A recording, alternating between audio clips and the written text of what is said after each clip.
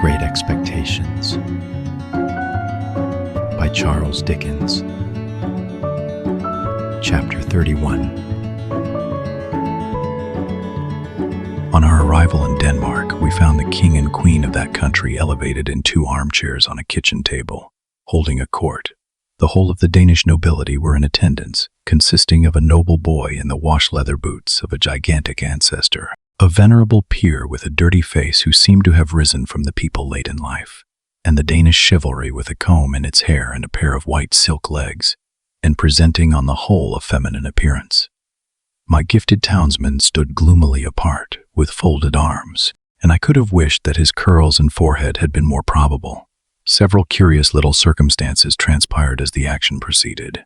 The late king of the country not only appeared to have been troubled with a cough at the time of his decease, but to have taken it with him to the tomb, and to have brought it back. The royal phantom also carried a ghostly manuscript round its truncheon, to which it had the appearance of occasionally referring, and that too, with an air of anxiety and a tendency to lose the place of reference which were suggestive of a state of mortality. It was this, I conceived, which led to the shades being advised by the gallery to turn over, a recommendation which it took extremely ill.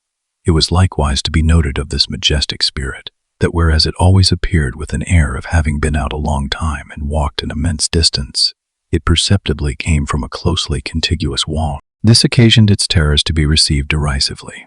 The Queen of Denmark, a very buxom lady, though no doubt historically brazen, was considered by the public to have too much brass about her, her chin being attached to her diadem by a broad band of that metal, as if she had a gorgeous toothache, her waist being encircled by another, and each of her arms by another, so that she was openly mentioned as the kettle drum.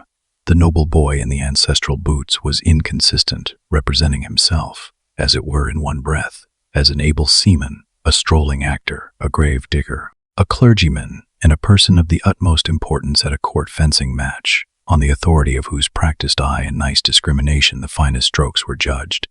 This gradually led to a want of toleration for him, and even on his being detected in holy orders, and declining to perform the funeral service, to the general indignation taking the form of nuts. Lastly, Ophelia was a prey to such slow musical madness, that when, in course of time, she had taken off her white muslin scarf, folded it up, and buried it, a sulky man who had been long cooling his impatient nose against an iron bar in the front row of the gallery growled, "Now the baby's put to bed, let's have supper," which, to say the least of it, was out of keeping. Upon my unfortunate townsman, all these incidents accumulated with playful effect. Whenever that undecided prince had to ask a question or state a doubt, the public helped him out with it. As, for example, on the question whether 'twas nobler in the mind to suffer, some roared yes, and some no, and some, inclining to both opinions, said, "Toss up for it," and quite a debating society arose. When he asked what should such fellows as he do crawling between earth and heaven, he was encouraged with loud cries of "Hear, hear," when he appeared with his stocking disordered, its disorder expressed according to usage by one very neat fold in the top, which I suppose to be always got up with a flat iron. A conversation took place in the gallery respecting the paleness of his leg, and whether it was occasioned by the turn the ghost had given him. On his taking the recorders, very like a little black flute that had just been played in the orchestra and handed out at the door, he was called upon unanimously for Rule Britannia. When he recommended the player not to saw the air thus, the sulky man said, "And don't you do it, neither. You're a deal worse than him." And I grieve to add that peals of laughter greeted Mr. Wopsle on every one of these occasions, but his greatest trials were in the churchyard, which had the appearance of a primeval forest, with a kind of small ecclesiastical wash-house on one side, and a turnpike gate on the other. Mr. Wopsle, in a comprehensive black cloak, being descried entering at the turnpike, the gravedigger was admonished in a friendly way, "Look out, here's the undertaker a-coming, to see how you're a-getting on with your work." I believe it is well known in a constitutional country that Mr. Wopsle could not possibly have returned the skull, after moralizing over it, without dusting his fingers on a white napkin taken from his breast. But even that innocent and indispensable action did not pass without the comment, "Waiter." The arrival of the body for interment, in an empty black box with the lid tumbling open, was the signal for a general joy which was much enhanced by the discovery, among the bearers, of an individual obnoxious to identification. The joy attended Mr. Wopsle through his struggle with Laertes on the brink of the orchestra and the grave, and slackened no more until he had tumbled the king off the kitchen table and had died by inches from the ankles upward. We had made some pale efforts in the beginning to applaud Mr. Wopsle, but they were too hopeless to be persisted in. Therefore we had sat, feeling keenly for him, but laughing, nevertheless, from ear to ear. I laughed in spite of myself all the time. The whole thing was so droll, and yet I had a latent impression that there was something decidedly fine in Mr. Wopsle's elocution, not for old association's sake, I am afraid, but because it was very slow, very dreary, very uphill and downhill, and very unlike any way in which any man in any natural circumstances of life or death ever expressed himself about anything. When the tragedy was over, and he had been called for and hooted, I said to Herbert, "Let us go at once, or perhaps we shall meet him."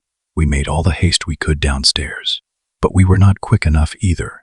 Standing at the door was a Jewish man with an unnatural heavy smear of eyebrow, who caught my eyes as we advanced, and said, when we came up with him, "Mr. Pip and friend," identity of Mr. Pip and friend confessed. "Mr. Waldengarver," said the man, "would be glad to have the honor." "Waldengarver," I repeated, when Herbert murmured in my ear, "Probably Wopsle."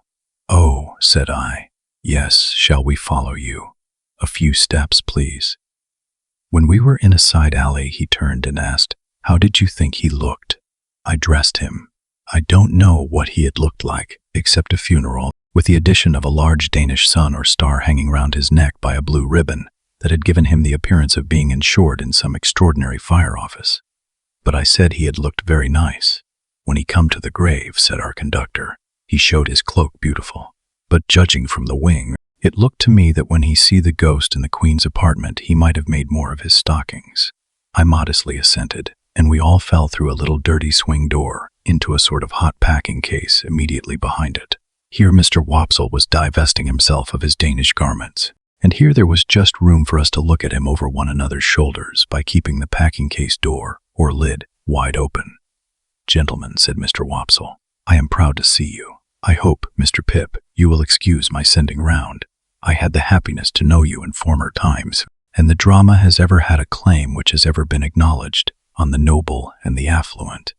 Meanwhile, Mr. Waldengarver, in a frightful perspiration, was trying to get himself out of his princely sables. "Skin the stockings off Mr. Waldengarver," said the owner of that property, "or you'll bust 'em, and you'll bust 35 shillings. Shakespeare never was complimented with a finer pair. Keep quiet in your chair now, and leave 'em to me." With that, he went upon his knees and began to flay his victim, who, on the first stocking coming off, would certainly have fallen over backward with his chair, but for there being no room to fall anyhow. I had been afraid until then to say a word about the play, but then Mr. Waldengarver looked up at us complacently and said, "Gentlemen, how did it seem to you to go in front?" Herbert said from behind, at the same time poking me, "Capitally." "So," I said, "capitally. How did you like my reading of the character, gentlemen?" said Mr. Waldengarver, almost, if not quite, with patronage. Herbert said from behind, again poking me, "Massive and concrete." So I said boldly, as if I had originated it, and must beg to insist upon it, "Massive and concrete." "I am glad to have your approbation, gentlemen," said Mr. Waldengarver, with an air of dignity in spite of his being ground against the wall at the time, and holding on by the seat of the chair. "But I'll tell you one thing, Mr. Waldengarver," said the man who was on his knees, "in which you're out in your reading. Now mind, I don't care who says contrary, I tell you so. You're out in your reading of Hamlet when you get your legs in profile. The last Hamlet as I dressed made the same mistakes in his reading at rehearsal, till I got him to put a large red wafer on each of his shins.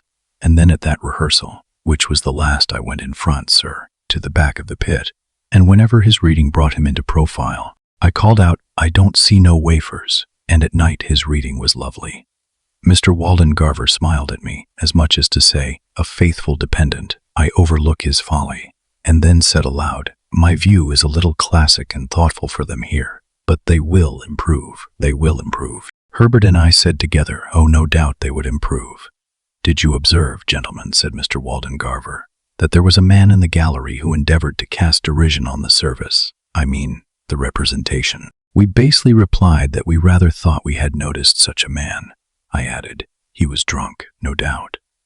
"Oh dear no, sir," said Mr. Wopsle. not drunk. His employer would see to that, sir. His employer would not allow him to be drunk. You know his employer, said I. Mr. Wopsle shut his eyes and opened them again, performing both ceremonies very slowly. You must have observed, gentlemen, said he, an ignorant and a blatant ass, with a rasping throat and a countenance expressive of low malignity, who went through, I will not say sustained, the ryle, if I may use a French expression of Claudius, King of Denmark, that is his employer, gentlemen, such is the profession, without distinctly knowing whether I should have been more sorry for Mr. Wopsle if he had been in despair. I was so sorry for him as it was, that I took the opportunity of his turning round to have his braces put on, which jostled us out at the doorway, to ask Herbert what he thought of having him home to supper. Herbert said he thought it would be kind to do so, therefore I invited him, and he went to Barnard's with us, wrapped up to the eyes, and we did our best for him. And he sat until 2 o'clock in the morning, reviewing his success and developing his plans. I forget in detail what they were, but I have a general recollection that he was to begin with reviving the drama, and to end with crushing him, inasmuch as his decease would leave it utterly bereft and without a chance or hope. Miserably I went to bed after all, and miserably thought of Estella, and miserably dreamed that my expectations were all cancelled, and that I had to give my hand in marriage to Herbert's Clara, or play Hamlet to Miss Havisham's ghost, before 20,000 people, without knowing 20 words of it. Chapter 32. One day when I was busy with my books in Mr. Pocket, I received a note by the post, the mere outside of which threw me into a great flutter. For though I had never seen the handwriting in which it was addressed, I divined whose hand it was. It had no set beginning, as Dear Mr. Pip, or Dear Pip, or Dear Sir, or Dear anything, but ran thus: I am to come to London the day after tomorrow by the midday coach. I believe it was settled you should meet me. At all events, Miss Havisham has that impression, and I write in obedience to it. She sends you her regard. Yours, Estella. If there had been time, I should probably have ordered several suits of clothes for this occasion, but as there was not, I was fain to be content with those I had. My appetite vanished instantly, and I knew no peace or rest until the day arrived. Not that its arrival brought me either, for then I was worse than ever, and began haunting the coach office in Wood Street, Cheapside, before the coach had left the Blue Boar in our town.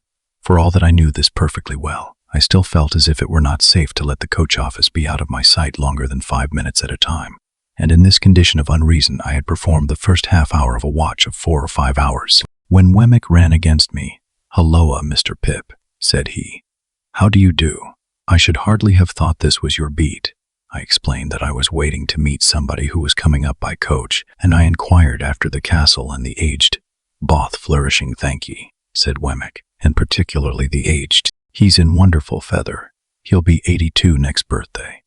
I have a notion of firing 82 times if the neighborhood shouldn't complain, and that cannon of mine should prove equal to the pressure. However, this is not London talk.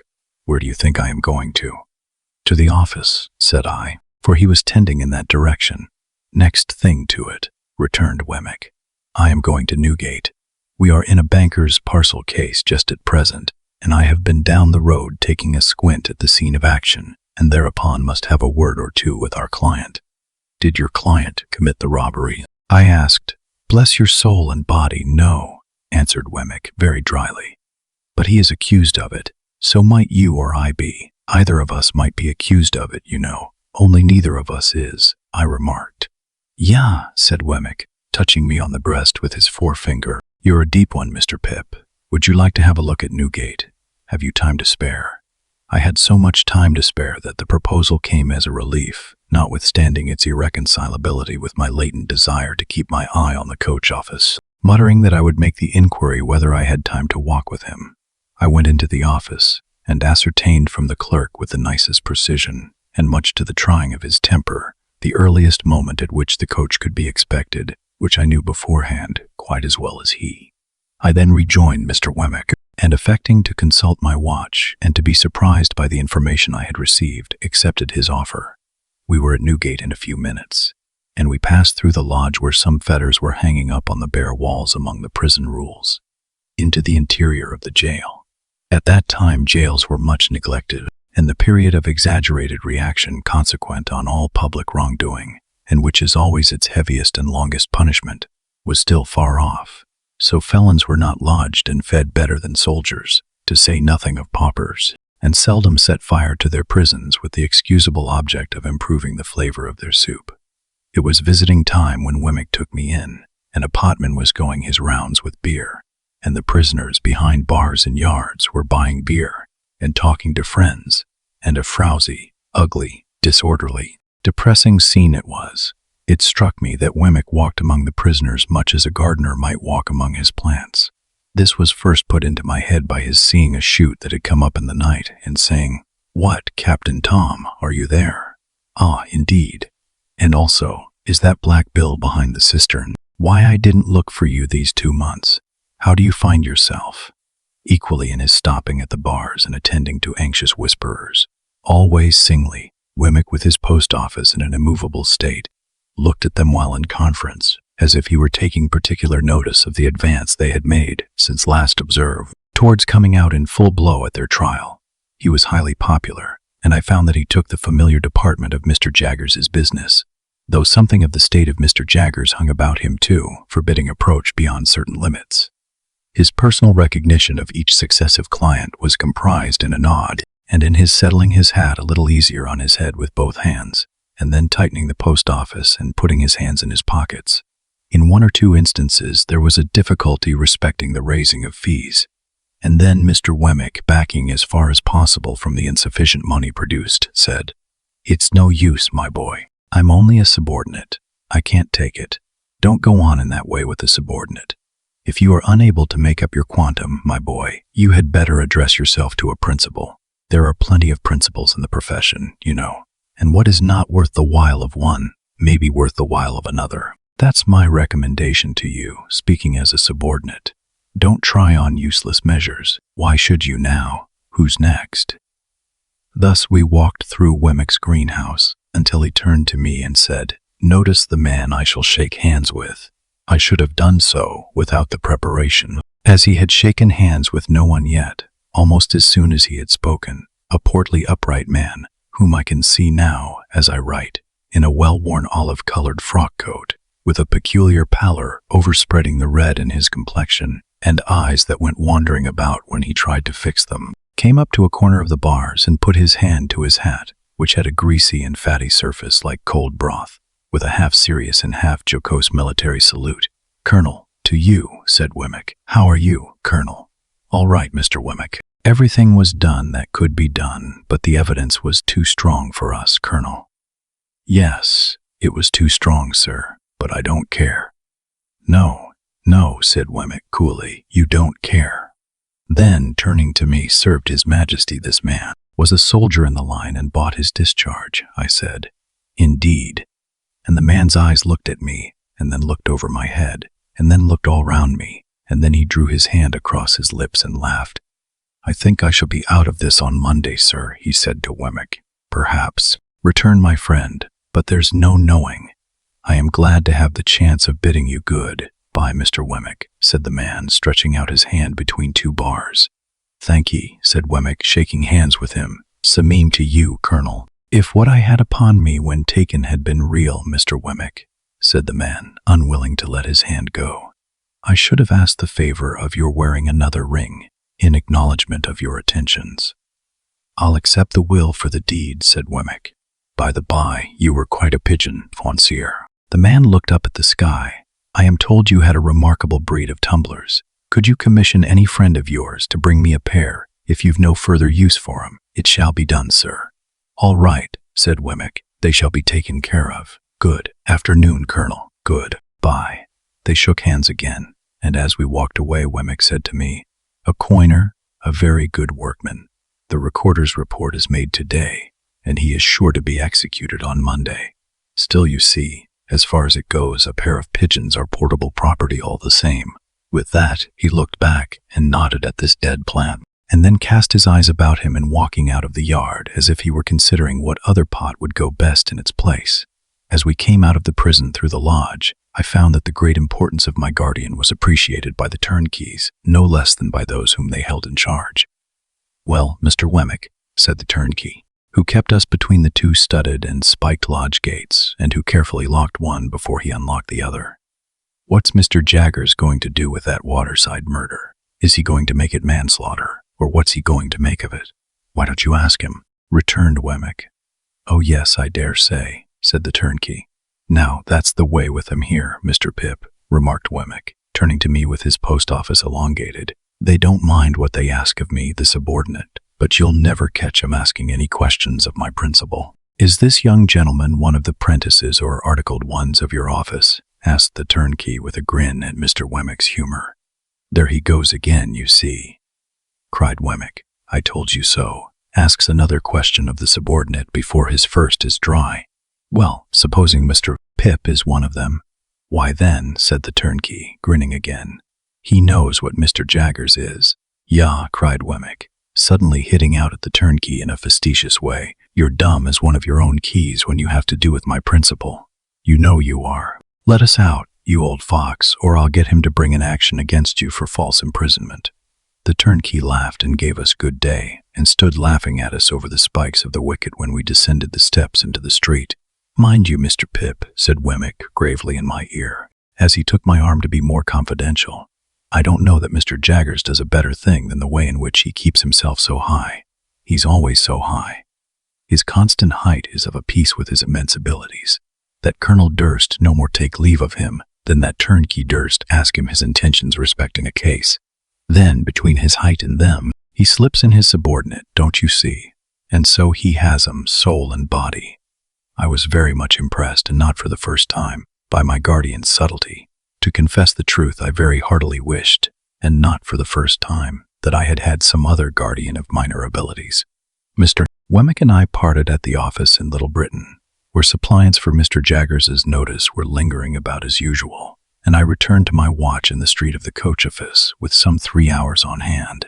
I consumed the whole time in thinking how strange it was that I should be encompassed by all this taint of prison and crime, that, in my childhood out on our lonely marshes on a winter evening, I should have first encountered it, that it should have reappeared on 2 occasions, starting out like a stain that was faded but not gone, that it should in this new way pervade my fortune and advancement.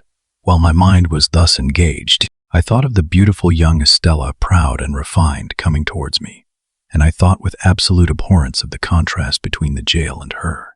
I wished that Wemmick had not met me, or that I had not yielded to him and gone with him, so that of all days in the year on this day, I might not have had Newgate in my breath and on my clothes.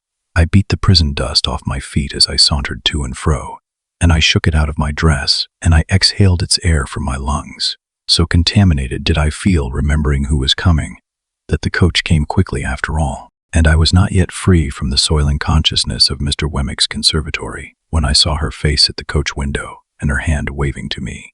What was the nameless shadow which again in that one instant had passed? Chapter 33. In her furred traveling dress, Estella seemed more delicately beautiful than she had ever seemed yet, even in my eyes. Her manner was more winning than she had cared to let it be to me before, and I thought I saw Miss Havisham's influence in the change.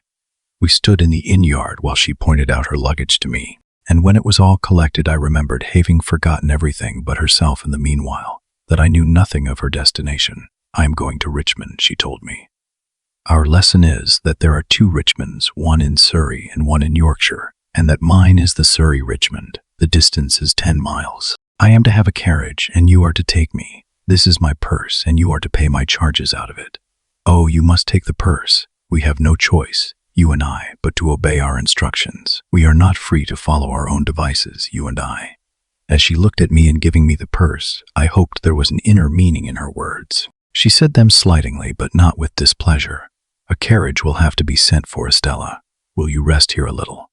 Yes, I am to rest here a little, and I am to drink some tea, and you are to take care of me the while. She drew her arm through mine, as if it must be done, and I requested a waiter who had been staring at the coach like a man who had never seen such a thing in his life, to show us a private sitting room.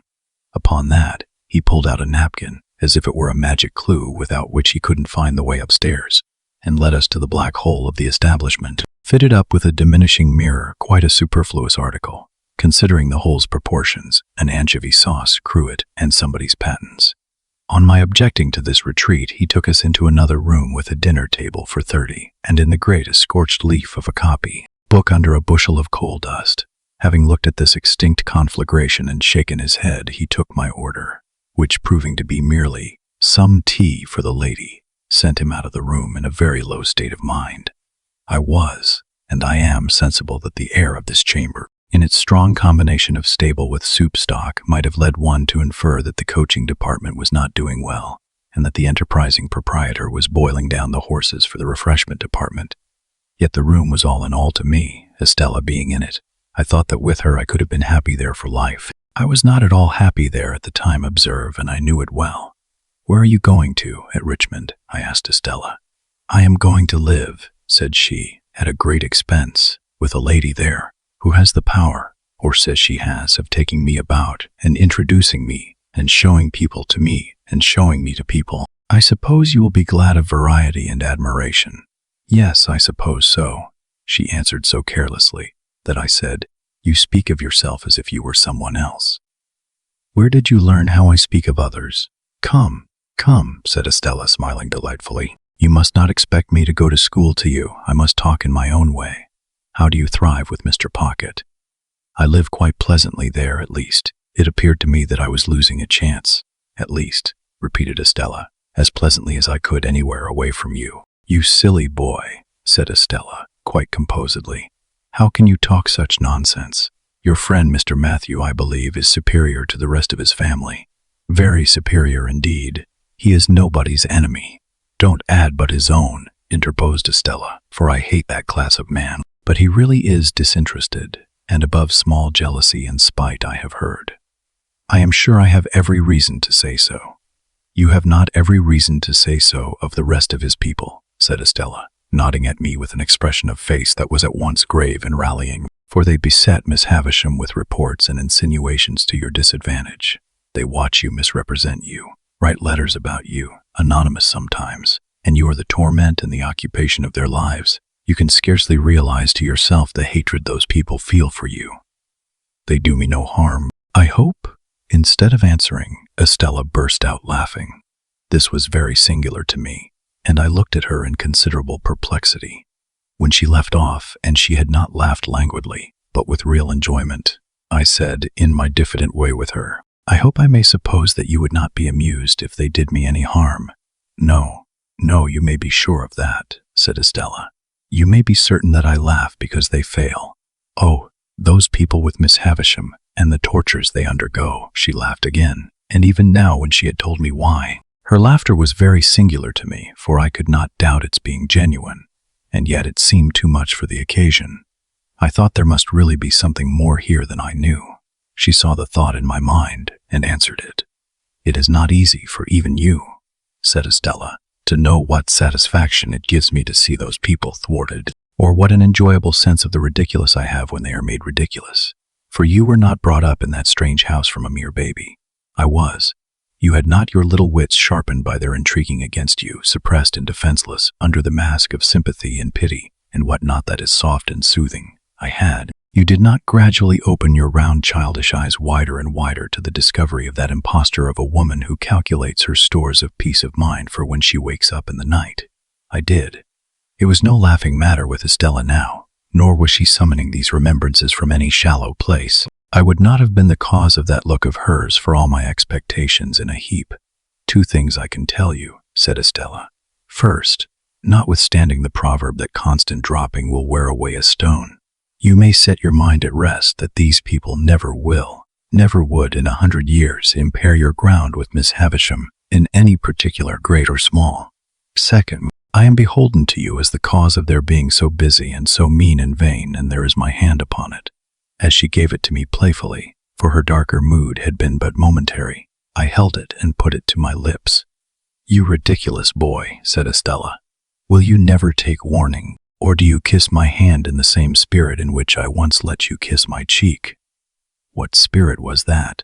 Said I. I must think a moment, a spirit of contempt for the fawners and plotters. If I say yes, may I kiss the cheek again? You should have asked before you touched the hand, but yes, if you like. I leaned down, and her calm face was like a statue's.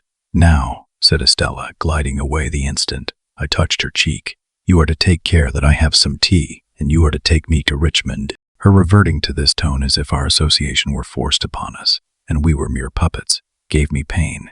But everything in our intercourse did give me pain. Whatever her tone with me happened to be, I could put no trust in it and build no hope on it. And yet I went on against trust and against hope. Why repeat it 1,000 times? So it always was.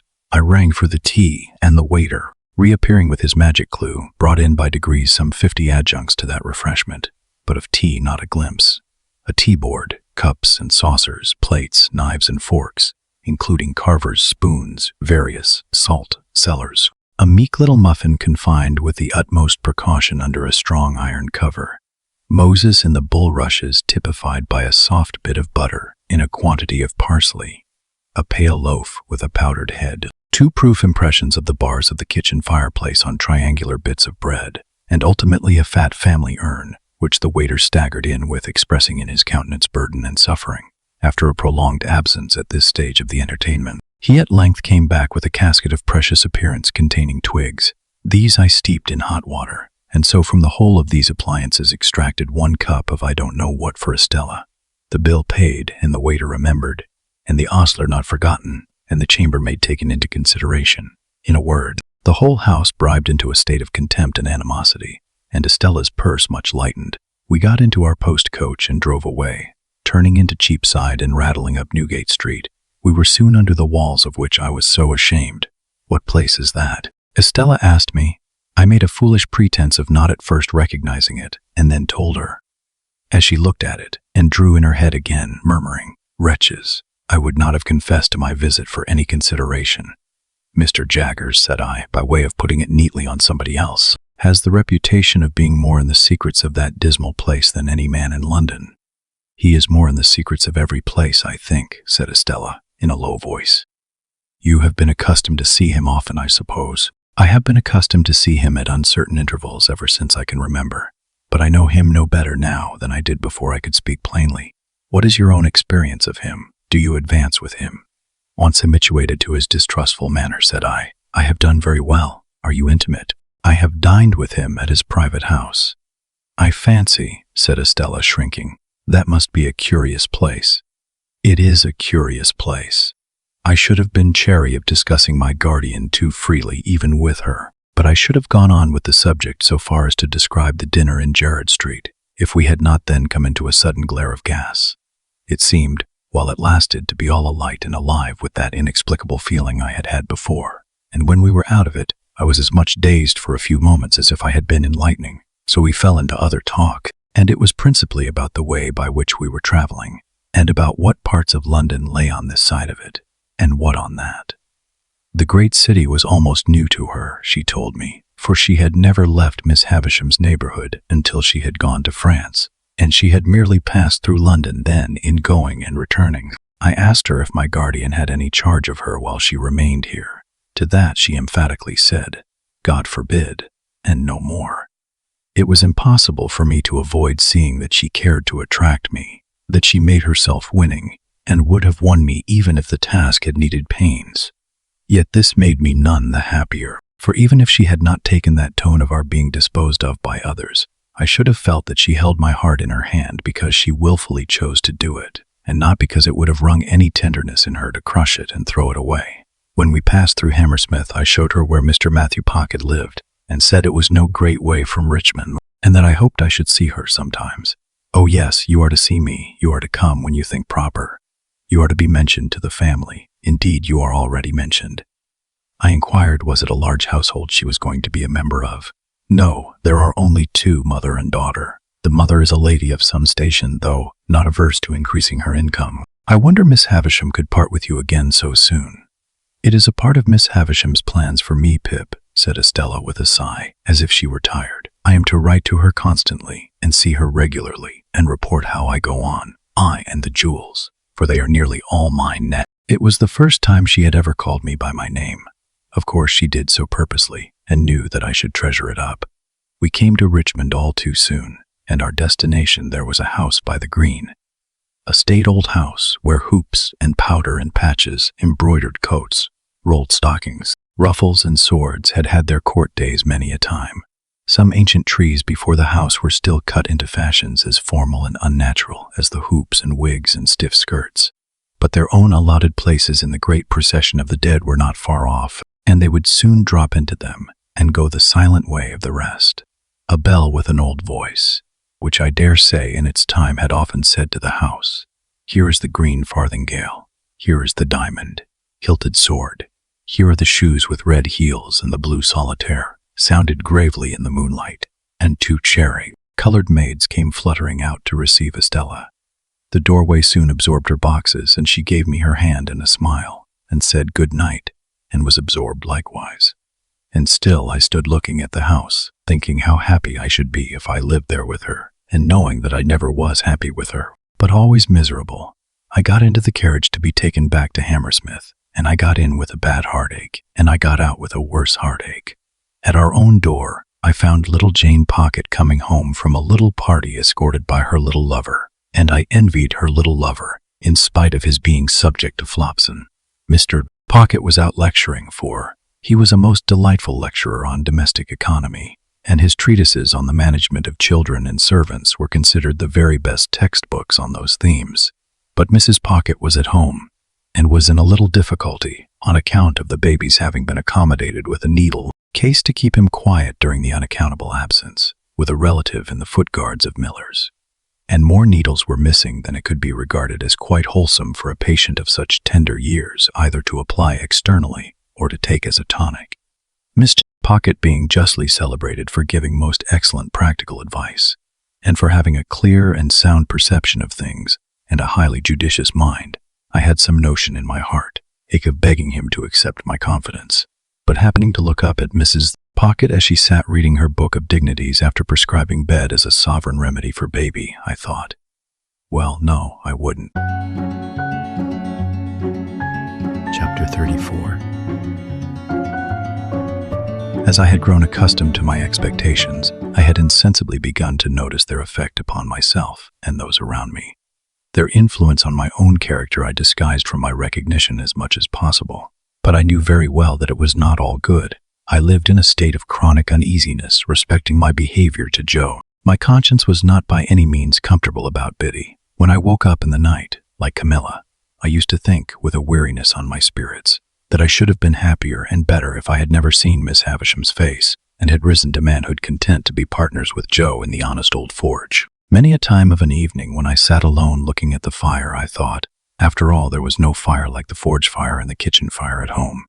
Yet Estella was so inseparable from all my restlessness and disquiet of mind that I really fell into confusion as to the limits of my own part in its production.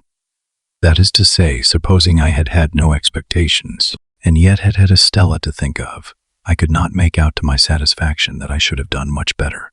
Now, concerning the influence of my position on others, I was in no such difficulty, and so I perceived, though dimly enough perhaps, that it was not beneficial to anybody, and above all, that it was not beneficial to Herbert. My lavish habits led his easy nature into expenses that he could not afford, corrupted the simplicity of his life, and disturbed his peace with anxieties and regrets.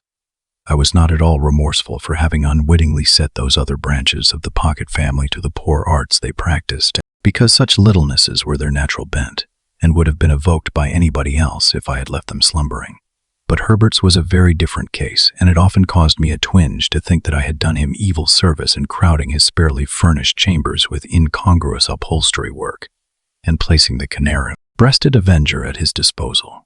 So now, as an infallible way of making little ease great ease, I began to contract a quantity of debt. I could hardly begin, but Herbert must begin too, so he soon followed. At Startop's suggestion, we put ourselves down for election into a club called the Finches of the Grove, the object of which institution I have never divined, if it were not that the members should dine expensively once a fortnight, to quarrel among themselves as much as possible after dinner, and to cause 6 waiters to get drunk on the stairs. I know that these gratifying social ends were so invariably accomplished that Herbert and I understood nothing else to be referred to in the first standing toast of the society, which ran, "Gentlemen, may the present promotion of good feeling ever reign predominant among the Finches of the Grove." The Finches spent their money foolishly. The hotel we dined at was in Covent Garden, and the first finch I saw when I had the honor of joining the grove was Bentley Drummel, at that time floundering about town in a cab of his own, and doing a great deal of damage to the posts at the street corners. Occasionally he shot himself out of his equipage head foremost over the apron, and I saw him on one occasion deliver himself at the door of the grove in this unintentional way like coals. But here I anticipate a little, for I was not a finch, and could not be according to the sacred laws of the society until I came of age. In my confidence in my own resources, I would willingly have taken Herbert's expenses on myself, but Herbert was proud, and I could make no such proposal to him. So he got into difficulties in every direction and continued to look about him. When we gradually fell into keeping late hours and late company, I noticed that he looked about him with a desponding eye at breakfast time, that he began to look about him more hopefully about midday, that he drooped when he came into dinner, that he seemed to descry capital in the distance, rather clearly, after dinner, that he all but realized capital towards midnight, and that at about 2 o'clock in the morning he became so deeply despondent again as to talk of buying a rifle and going to America, with the general purpose of compelling buffaloes to make his fortune. I was usually at Hammersmith about half the week, and when I was at Hammersmith I haunted Richmond, whereof separately by and by. Herbert would often come to Hammersmith when I was there, and I think at those seasons his father would occasionally have some passing perception that the opening he was looking for had not appeared yet. But in the general tumbling up of the family, his tumbling out in life somewhere was a thing to transact itself somehow. In the meantime, Mr. Pocket grew grier, and tried oftener to lift himself out of his perplexities by the hair, while Mrs. Pocket tripped up the family with her footstool, read her book of dignities, lost her pocket handkerchief, told us about her grandpapa, and taught the young idea how to shoot, by shooting it into bed whenever it attracted her notice. As I am now generalizing a period of my life with the object of clearing my way before me, I can scarcely do so better than by at once completing the description of our usual manners and customs at Barnard's Inn. We spent as much money as we could, and got as little for it as people could make up their minds to give us. We were always more or less miserable, and most of our acquaintance were in the same condition. There was a gay fiction among us that we were constantly enjoying ourselves, and a skeleton truth that we never did. To the best of my belief, our case was in the last aspect a rather common one. Every morning, with an air ever new, Herbert went into the city to look about him. I often paid him a visit in the dark back room in which he consorted with an ink jar, a hat peg, a coal box, a string box, an almanac, a desk and stool, and a ruler, and I do not remember that I ever saw him do anything else but look about him. If we all did what we undertake to do as faithfully as Herbert did, we might live in a republic of the virtues. He had nothing else to do, poor fellow, except at a certain hour of every afternoon to go to Lloyd's, in observance of a ceremony of seeing his principal, I think. He never did anything else in connection with Lloyd's that I could find out, except come back again. When he felt his case unusually serious and that he positively must find an opening, he would go on 'change at a busy time, and walk in and out in a kind of gloomy country dance figure among the assembled magnates. For, says Herbert to me, coming home to dinner on one of those special occasions, I find the truth to be, Handel, that an opening won't come to one, but one must go to it. So I have been. If we had been less attached to one another, I think we must have hated one another regularly every morning.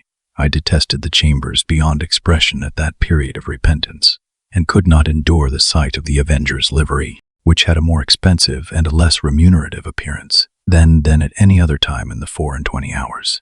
As we got more and more into debt, breakfast became a hollower and hollower form, and being on one occasion at breakfast time threatened, by letter with legal proceedings, not unwholly unconnected, as my local paper might put it, with jewelry, I went so far as to seize the Avenger by his blue collar and shake him off his feet, so that he was actually in the air like a booted Cupid for presuming to suppose that we wanted a roll at certain times, meaning at uncertain times, for they depended on our humor. I would say to Herbert, as if it were a remarkable discovery, "My dear Herbert, we are getting on badly." "My dear Handel," Herbert would say to me in all sincerity, "if you will believe me, those very words were on my lips, by a strange coincidence." "Then, Herbert," I would respond, "let us look into our affairs." We always derived profound satisfaction from making an appointment for this purpose. I always thought this was business. This was the way to confront the thing. This was the way to take the foe by the throat. And I know Herbert thought so too. We ordered something rather special for dinner, with a bottle of something similarly out of the common way, in order that our minds might be fortified for the occasion, and we might come well up to the mark. Dinner over, we produced a bundle of pens, a copious supply of ink, and a goodly show of writing and blotting paper, for there was something very comfortable in having plenty of stationery. I would then take a sheet of paper and write across the top of it, in a neat hand, the heading Memorandum of Pip's Debts with Barnard's Inn and the date very carefully added. Herbert would also take a sheet of paper and write across it with similar formalities, Memorandum of Herbert's Debts. Each of us would then refer to a confused heap of papers at his side, which had been thrown into drawers, worn into holes and pockets, half burnt in lighting candles, stuck for weeks into the looking-glass, and otherwise damaged. The sound of our pens going refreshed us exceedingly, insomuch that I sometimes found it difficult to distinguish between this edifying business proceeding and actually paying the money. In point of meritorious character, the two things seemed about equal. When we had written a little while, I would ask Herbert how he got on. Herbert probably would have been scratching his head in a most rueful manner at the sight of his accumulating figures. "They are mounting up, Handel," Herbert would say. "Upon my life, they are mounting up." "Be firm, Herbert," I would retort, plying my own pen with great assiduity. "Look the thing in the face, look into your affairs, stare them out of countenance." So I would, Handel, only they are staring me out of countenance. However, my determined manner would have its effect, and Herbert would fall to work again. After a time he would give up once more, on the plea that he had not got Cobbs's bill, or Lobbs's, or Nobbs's, as the case might be. Then, Herbert, estimate it in round numbers and put it down. "What a fellow of resource you are," my friend would reply with admiration. "Really your business powers are very remarkable." I thought so too, I established with myself. On these occasions, the reputation of a first-rate man of business, prompt, decisive, energetic, clear, cool-headed. When I had got all my responsibilities down upon my list, I compared each with the bill and ticked it off, myself. Approval when I ticked an entry was quite a luxurious sensation. When I had no more ticks to make, I folded all my bills up uniformly, docketed each on the back, and tied the whole into a symmetrical bundle. Then I did the same for Herbert, who modestly said he had not my administrative genius, and felt that I had brought his affairs into a focus for him. My business habits had one other bright feature, which I called leaving a margin. For example, supposing Herbert's debts to be £164 4 and 2pence, I would say, leave a margin and put them down at 200. Or supposing my own to be 4 times as much, I would leave a margin and put them down at 700. I had the highest opinion of the wisdom of this same margin, but I am bound to acknowledge that on looking back, I deem it to have been an expensive device, for we always ran into new debt immediately to the full extent of the margin, and sometimes in the sense of freedom and solvency it imparted, got pretty far on into another margin. But there was a calm, a rest, a virtuous hush consequent on these examinations of our affairs that gave me, for the time, an admirable opinion of myself. Soothed by my exertions, my method, and Herbert's compliments, I would sit with his symmetrical bundle and my own on the table before me among the stationery, and feel like a bank of some sort, rather than a private individual. We shut our outer door on these solemn occasions, in order that we might not be interrupted. I had fallen into my serene state one evening when we heard a letter dropped through the slit in the said door and fall on the ground. "It's for you, Handel," said Herbert, going out and coming back with it, "and I hope there is nothing the matter." This was in allusion to its heavy black seal and border. The letter was signed Trap Suti Co., and its contents were simply that I was an honored sir, and that they begged to inform me that Mrs. J. Gargery had departed this life on Monday, last at 20 minutes past 6 in the evening, and that my attendance was requested at the interment on Monday, next at 3 o'clock in the afternoon. Chapter 35. It was the first time that a grave had opened in my road of life, and the gap it made in the smooth ground was wonderful. The figure of my sister in her chair by the kitchen fire haunted me night and day. That the place could possibly be without her was something my mind seemed unable to compass, and whereas she had seldom or never been in my thoughts of late, I had now the strangest ideas that she was coming towards me in the street, or that she would presently knock at the door. In my rooms, too, with which she had never been at all associated, There was at once the blankness of death and a perpetual suggestion of the sound of her voice or the turn of her face or figure, as if she were still alive and had been often there. Whatever my fortunes might have been, I could scarcely have recalled my sister with much tenderness, but I suppose there is a shock of regret which may exist without much tenderness. Under its influence, and perhaps to make up for the want of the softer feeling, I was seized with a violent indignation against the assailant from whom she had suffered so much, and I felt that on sufficient proof I could have revengefully pursued Orlick or anyone else to the last extremity. Having written to Joe to offer him consolation and to assure him that I would come to the funeral, I passed the intermediate days in the curious state of mind I have glanced at. I went down early in the morning and alighted at the Blue Boar in good time to walk over to the forge.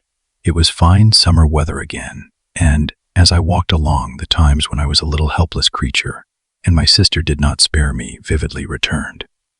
But they returned with a gentle tone upon them that softened even the edge of Tickler. For now, the very breath of the beans and clover whispered to my heart that the day must come when it would be well for my memory, that others walking in the sunshine should be softened as they thought of me. At last I came within sight of the house and saw that Trabb and Co. had put in a funereal execution and taken possession, two dismally absurd persons, each ostentatiously exhibiting a crutch done up in a black bandage, as if that instrument could possibly communicate any comfort to anybody, were posted at the front door, and in one of them I recognized a postboy discharged from the Boar for turning a young couple into a sawpit on their bridal morning, in consequence of intoxication rendering it necessary for him to ride his horse clasped round the neck with both arms. All the children of the village and most of the women were admiring these sable warders in the closed windows of the house and forge, and as I came up, one of the two warders, the postboy, knocked at the door, implying that I was far too much exhausted by grief to have strength remaining to knock for myself. Another sable warder, a carpenter, who had once eaten 2 geese for a wager, opened the door and showed me into the best parlor. Here Mr. Trabb had taken unto himself the best table, and had got all the leaves up, and was holding a kind of black bazaar with the aid of a quantity of black pins. At the moment of my arrival he had just finished putting somebody's hat into black long clothes, like an African baby, so he held out his hand for mine. But I, misled by the action, and confused by the occasion, shook hands with him with every testimony of warm affection. Poor dear Joe, entangled in a little black cloak tied in a large bow under his chin, was seated apart at the upper end of the room, where, as chief mourner, he had evidently been stationed by Trabb. When I bent down and said to him, "Dear Joe, how are you?" he said, "Pip, old chap, you knowed her when she were a fine figure of a," and clasped my hand and said no more. Biddy, looking very neat and modest in her black dress, went quietly here and there, and was very helpful. When I had spoken to Biddy, as I thought it not a time for talking, I went and sat down near Joe, and there began to wonder in what part of the house she, my sister, was, the air of the parlor being faint with the smell of sweet cake. I looked about for the table of refreshments. It was scarcely visible until one had got accustomed to the gloom, but there was a cut-up plum cake upon it, and there were cut-up oranges and sandwiches and biscuits and 2 decanters that I knew very well as ornaments, but had never seen used in all my life, one full of port and one of sherry.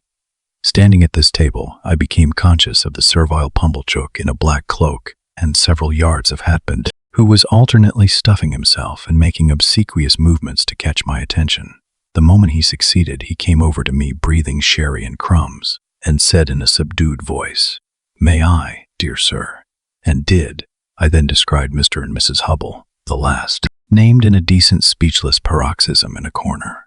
We were all going to follow, and were all in course of being tied up separately by Trabb into ridiculous bundles, which I meant to say, "Pip," Joe whispered me, as we were being what Mr. saying, Trabb called formed in the parlor 2 and 2, and it was dreadfully like a preparation for some grim kind of dance, which I meant to say, "Sir," as I would in preference have carried her to the church myself, along with 3 or 4 friendly ones, what come to it with willing hearts and arms. But it were considered what the neighbors would look down on such, and would be of opinions as it were wanting in respect. "Pocket handkerchiefs out, all," cried Mr. Trabb at this point, in a depressed business-like voice. "Pocket handkerchiefs out, we are ready." So we all put our pocket handkerchiefs to our faces as if our noses were bleeding, and filed out 2 and 2. Joe and I, Biddy and Pumblechook, Mr. and Mrs. Hubble. The remains of my poor sister had been brought round by the kitchen door, and, it being a point of undertaking ceremony that the 6 bearers must be stifled and blinded under a horrible black velvet housing with a white border. The whole looked like a blind monster with 12 human legs, shuffling and blundering along, under the guidance of 2 keepers, the postboy and his comrade.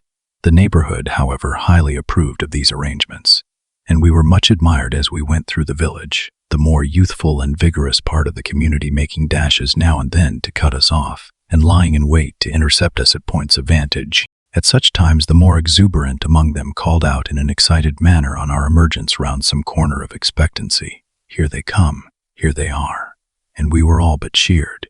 In this progress I was much annoyed by the abject Pumblechook, who, being behind me, persisted all the way as a delicate attention in arranging my streaming hatband and smoothing my cloak. My thoughts were further distracted by the excessive pride of Mr. and Mrs. Hubble, who were surpassingly conceited and vainglorious in being members of so distinguished a procession. And now the range of marshes lay clear before us, with the sails of the ships on the river growing out of it, and we went into the churchyard, close to the graves of my unknown parents, Philip Herbert, late of this parish, and also Georgiana, wife of the above. And there my sister was laid quietly in the earth, while the larks sang high above it, and the light wind strewed it with beautiful shadows of clouds and trees. Of the conduct of the worldly-minded Pumblechook while this was doing, I desire to say no more than it was all addressed to me, and that even when those noble passages were read which remind humanity how it brought nothing into the world, and can take nothing out, and how it fleeth like a shadow and never continueth long in one stay, I heard him cough a reservation of the case of a young gentleman who came unexpectedly into large property. When we got back, he had the hardihood to tell me that he wished my sister could have known I had done her so much honor, and to hint that she would have considered it reasonably purchased at the price of her death. After that, he drank all the rest of the sherry, and Mr. Hubble drank the port, and the 2 talked, which I have since observed to be customary in such cases, as if they were of quite another race from the deceased, and were notoriously immortal. Finally, he went away with Mr. and Mrs. Hubble, to make an evening of it, I felt sure, and to tell the jolly bargeman that he was the founder of my fortunes and my earliest benefactor, when they were all gone, and when Trabb and his men, but not his boy, I looked for him, had crammed their mummery into bags, and were gone too. The house felt wholesomer. Soon afterwards, Biddy, Joe, and I had a cold dinner together, but we dined in the best parlor, not in the old kitchen, and Joe was so exceedingly particular what he did with his knife and fork in the salt cellar, and what not, that there was great restraint upon us. But after dinner, when I made him take his pipe, and when I had loitered with him about the forge, and when we sat down together on the great block of stone outside it, we got on better. I noticed that after the funeral Joe changed his clothes so far as to make a compromise between his Sunday dress and working dress, in which the dear fellow looked natural, and like the man he was. He was very much pleased by my asking if I might sleep in my own little room, and I was pleased too, for I felt that I had done rather a great thing in making the request. When the shadows of evening were closing in, I took an opportunity of getting into the garden with Biddy for a little talk. "Biddy," said I think you might have written to me about these sad matters." "Do you, Mr. Pip?" said Biddy. "I should have written if I had thought that." "Don't suppose that I mean to be unkind, Biddy, when I say I consider that you ought to have thought that." "Do you, Mr. Pip?" She was so quiet and had such an orderly, good, and pretty way with her that I did not like the thought of making her cry again. After looking a little at her downcast eyes as she walked beside me, I gave up that point. "I suppose it will be difficult for you to remain here now, Biddy dear." "Oh, I can't do so, Mr. Pip," said Biddy in a tone of regret but still of quiet conviction. "I have been speaking to Mrs. Hubble, and I am going to her tomorrow. I hope we shall be able to take some care of Mr. Gargery together until he settles down." "How are you going to live, Biddy, if you want any mo?" "How am I going to live?" repeated Biddy, striking in with a momentary flush upon her face. "I'll tell you, Mr. Pip. I am going to try to get the place of mistress in the new school nearly finished here. I can be well recommended by all the neighbors, and I hope I can be industrious and patient, and teach myself while I teach others.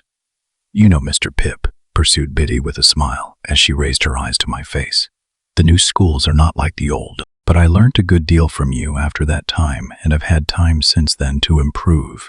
I think you would always improve, Biddy, under any circumstances. Ah, except in my bad side of human nature, murmured Biddy. It was not so much a reproach as an irresistible thinking aloud. Well, I thought I would give up that point too, so I walked a little further with Biddy, looking silently at her downcast eyes. I have not heard the particulars of my sister's death, Biddy. They are very slight, poor thing.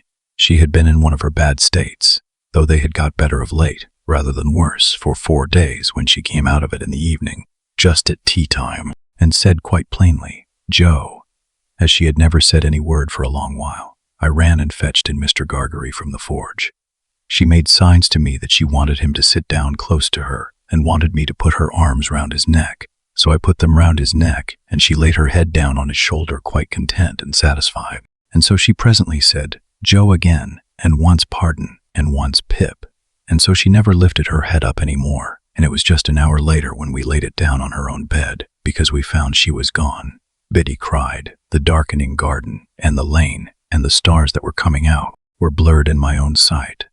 Nothing was ever discovered, Biddy, nothing. Do you know what has become of Orlick? I should think from the color of his clothes that he is working in the quarries.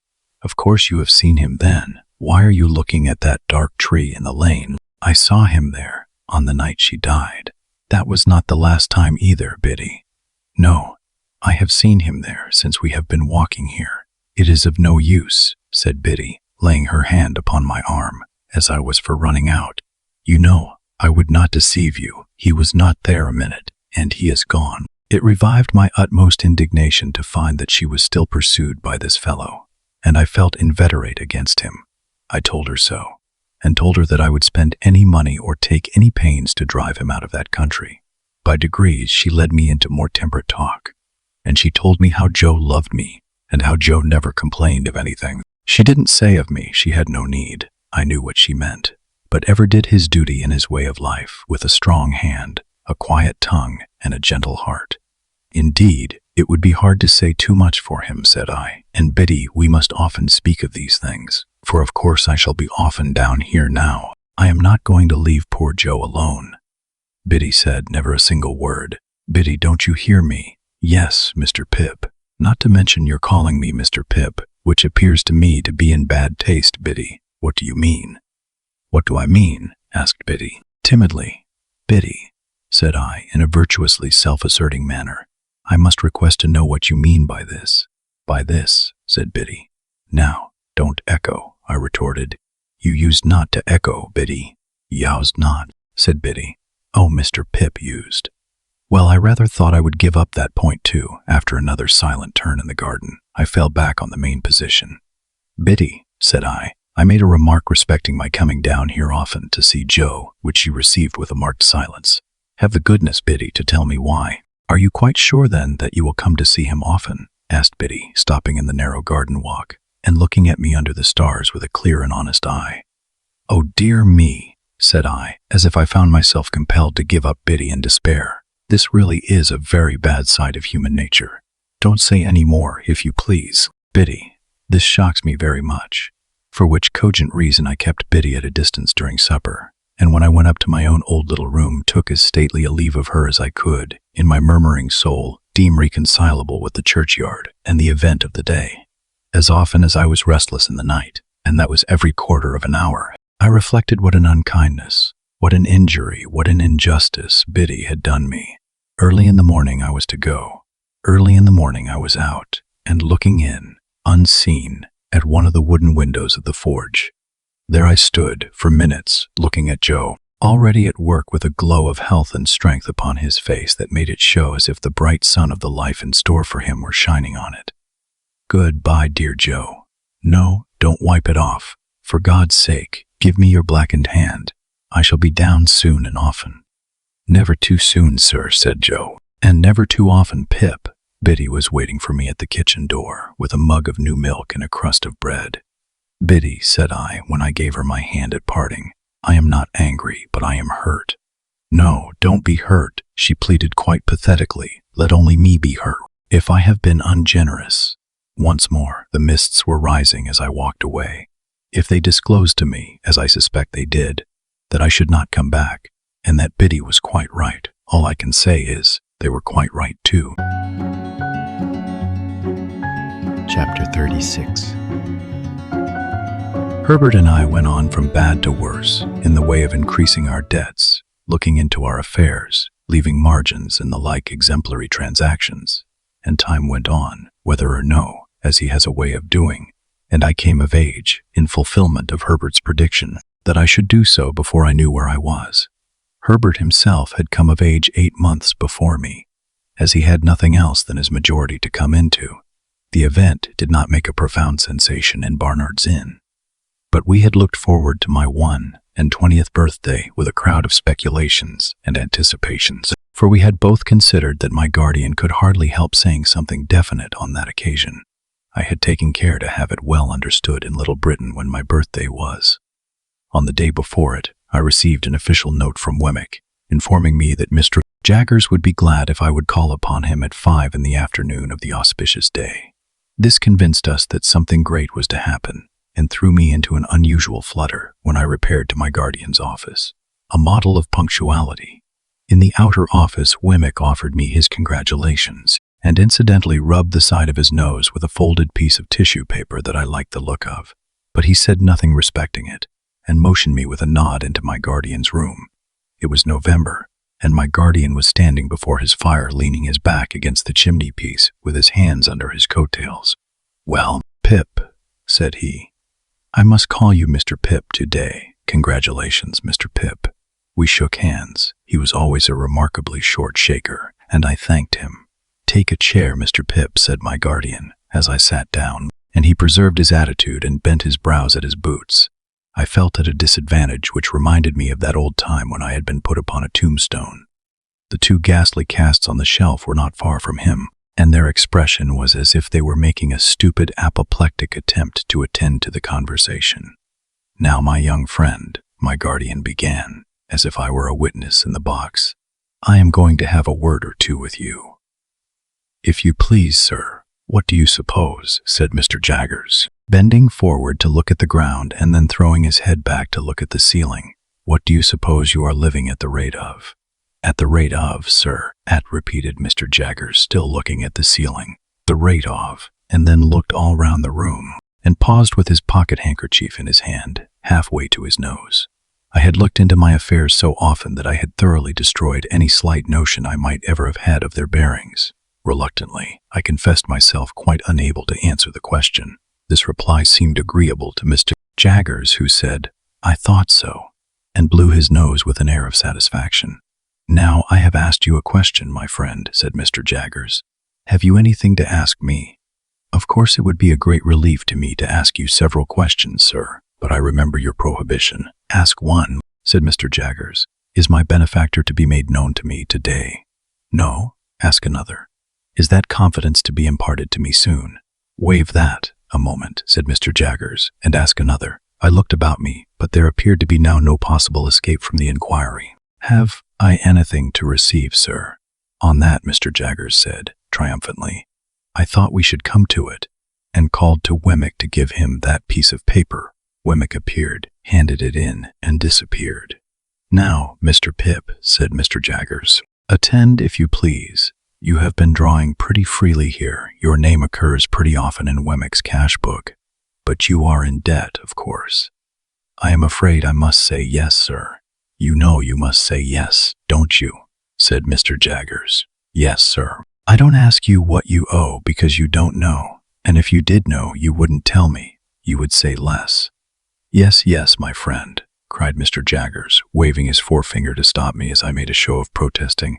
"It's likely enough that you think you wouldn't, but you would. You'll excuse me, but I know better than you. Now take this piece of paper in your hand. You have got it. Very good. Now unfold it and tell me what it is." "This is a bank note," said I, "for £500. "That is a bank note," repeated Mr. Jaggers, "for £500, and a very handsome sum of money, too. I think you consider it so. How could I do otherwise?" "Ah, but answer the question," said Mr. Jaggers. "Undoubtedly. You consider it, undoubtedly, a handsome sum of money. Now, that handsome sum of money, Pip, is your own. It is a present to you on this day, in earnest of your expectations, and at the rate of that handsome sum of money per annum, and at no higher rate, you are to live until the donor of the whole appears. That is to say, you will now take your money affairs entirely into your own hands, and you will draw from Wemmick £125 per quarter until you are in communication with the fountainhead, and no longer with a mere agent. As I have told you before, I am the mere agent. I execute my instructions, and I am paid for doing so. I think them injudicious, but I am not paid for giving any opinion on their merits. I was beginning to express my gratitude to my benefactor for the great liberality with which I was treated. Jaggers stopped me. I am not paid, Pip, said he coolly, to carry your words to anyone, and then gathered up his coat-tails as he had gathered up the subject, and stood frowning at his boots as if he suspected them of designs against him. After a pause, I hinted, there was a question just now, Mr. Jaggers, which you desired me to waive for a moment. I hope I am doing nothing wrong in asking it again. What is it? Said he. I might have known that he would never help me out, but it took me aback to have to shape the question afresh, as if it were quite new. Is it likely, I said after hesitating, that my patron, the fountain head you have spoken of, Mr. Jaggers, will soon— There I delicately stopped. Will soon what? Asked Mr. Jaggers. That's no question as it stands, you know. Will soon come to London, said I, after casting about for a precise form of words, or summon me anywhere else. Now, here, replied Mr. Jaggers, fixing me for the first time with his dark, deep-set eyes. We must revert to the evening when we first encountered one another in your village. What did I tell you then, Pip? You told me, Mr. Jaggers, that it might be years hence when that person appeared. Just so, said Mr. Jaggers. That's my answer. As we looked full at one another, I felt my breath come quicker in my strong desire to get something out of him. And as I felt that it came quicker, and as I felt that he saw that it came quicker, I felt that I had less chance than ever of getting anything out of him. Do you suppose it will still be years hence, Mr. Jaggers? Mr. Jaggers shook his head, not in negativing the question, but in altogether negativing the notion that he could anyhow be got to answer it, and the two horrible casts of the twitched faces looked, when my eyes strayed up to them, as if they had come to a crisis in their suspended attention and were going to sneeze. Come, said Mr. Jaggers, warming the backs of his legs with the backs of his warmed hands. I'll be plain with you, my friend Pip. That's a question I must not be asked. You'll understand that better when I tell you it's a question that might compromise me. Come, I'll go a little further with you. I'll say something more. He bent down so low to frown at his boots that he was able to rub the calves of his legs in the pause he made. When that person discloses, said Mr. Jaggers, straightening himself, you and that person will settle your own affairs. When that person discloses, my part in this business will cease and determine. When that person discloses, it will not be necessary for me to know anything about it. And that's all I have got to say. We looked at one another until I withdrew my eyes and looked thoughtfully at the floor. From this last speech, I derived the notion that Miss Havisham, for some reason or no reason, had not taken him into her confidence as to her designing me for Estella, that he resented this and felt a jealousy about it, or that he really did object to that scheme and would have nothing to do with it. When I raised my eyes again, I found that he had been shrewdly looking at me all the time, and was doing so still. If that is all you have to say, sir, I remarked, there can be nothing left for me to say. He nodded assent, and pulled out his thief-dreaded watch, and asked me where I was going to dine. I replied at my own chambers with Herbert. As a necessary sequence, I asked him if he would favor us with his company, and he promptly accepted the invitation. But he insisted on walking home with me, in order that I might make no extra preparation for him. And first he had a letter or two to write, and of course had his hands to wash. So I said I would go into the outer office and talk to Wemmick. The fact was that when the £500 had come into my pocket, a thought had come into my head which had been often there before, and it appeared to me that Wemmick was a good person to advise with concerning such thought. He had already locked up his safe and made preparations for going home. He had left his desk, brought out his 2 greasy office candlesticks, and stood them in line with the snuffers on a slab near the door, ready to be extinguished. He had raked his fire low, put his hat and greatcoat ready, and was beating himself all over the chest with his safe key as an athletic exercise after business. Mr. Wemmick, said I want to ask your opinion. I am very desirous to serve a friend. Wemmick tightened his post office and shook his head, as if his opinion were dead against any fatal weakness of that sort. This friend, I pursued, is trying to get on in commercial life, but has no money, and finds it difficult and disheartening to make a beginning. Now I want somehow to help him to a beginning, with money down, said Wemmick, in a tone drier than any sawdust.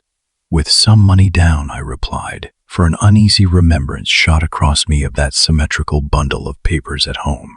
With some money down, and perhaps some anticipation of my expectation. Mr. Pip, said Wemmick, I should like just to run over with you on my fingers, if you please, the names of the various bridges up as high as Chelsea Reach. Let's see, there's London, 1, South Wark, 2, Blackfriars, 3, Waterloo, 4, Westminster, 5, Vauxhall, 6. He had checked off each bridge in its turn, with the handle of his safe key on the palm of his hand. There's as many as 6, you see, to choose from. I don't understand you, said I. Choose your bridge, Mr. Pip, returned Wemmick, and take a walk upon your bridge, and pitch your money into the Thames over the center arch of your bridge, and you know the end of it. Serve a friend with it, and you may know the end of it too, but it's a less pleasant and profitable end. I could have posted a newspaper in his mouth, he made it so wide after saying this. This is very discouraging, said I. Meet to be so, said Wemmick. Then is it your opinion, I inquired with some little indignation, that a man should never invest portable property in a friend, said Wemmick. Certainly he should not, unless he wants to get rid of the friend, and then it becomes a question how much portable property it may be worth to get rid of him. And that, said I, is your deliberate opinion, Mr. Wemmick. That, he returned, is my deliberate opinion in this office.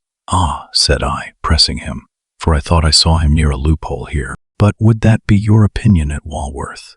Mr. Pip, he replied, with gravity, Walworth is one place, and this office is another, much as the aged is one person, and Mr. Jaggers is another. They must not be confounded together. My Walworth sentiments must be taken at Walworth. None but my official sentiments can be taken in this office. Very well, said I, much relieved. Then I shall look you up at Walworth, you may depend upon it. Mr. Pip, he returned, you will be welcome there, in a private and personal capacity. We had held this conversation in a low voice, well knowing my guardian's ears to be the sharpest of the sharp. As he now appeared in his doorway, toweling his hands, Wemmick got on his great coat and stood by to snuff out the candles. We all three went into the street together, and from the doorstep Wemmick turned his way, and Mr. Jaggers and I turned ours.